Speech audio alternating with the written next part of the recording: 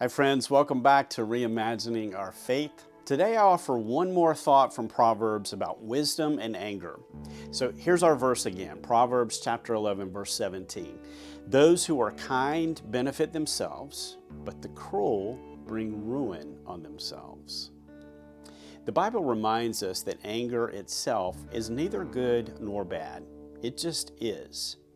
But we are encouraged to pay attention to anger, realizing that it is an indicator that something is bothering us. Anger is like the warning light on the dashboard of your car.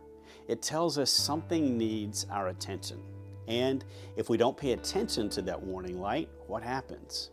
Proverbs says it this way: we bring trouble on ourselves. Paying attention to our warning light is important. When we realize we are angry, we have the opportunity to listen to God and to learn about ourselves. We can ask, is my anger justified or misplaced? Is this something I should be angry about, or is something else going on with me? Anger gives us the opportunity to pray, to talk with God, and to say, God, open my eyes to what is really going on here. For the reality is, there are times in our lives when we should be angry.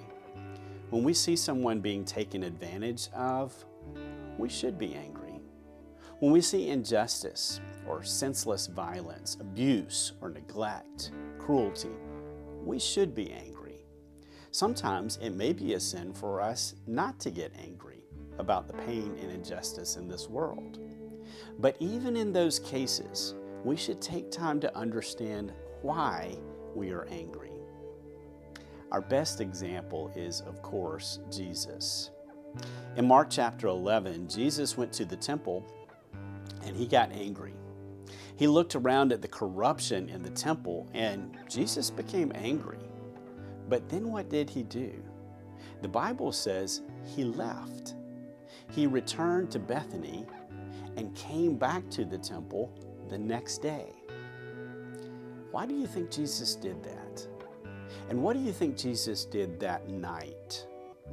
I imagine that night he did what he always did. He prayed.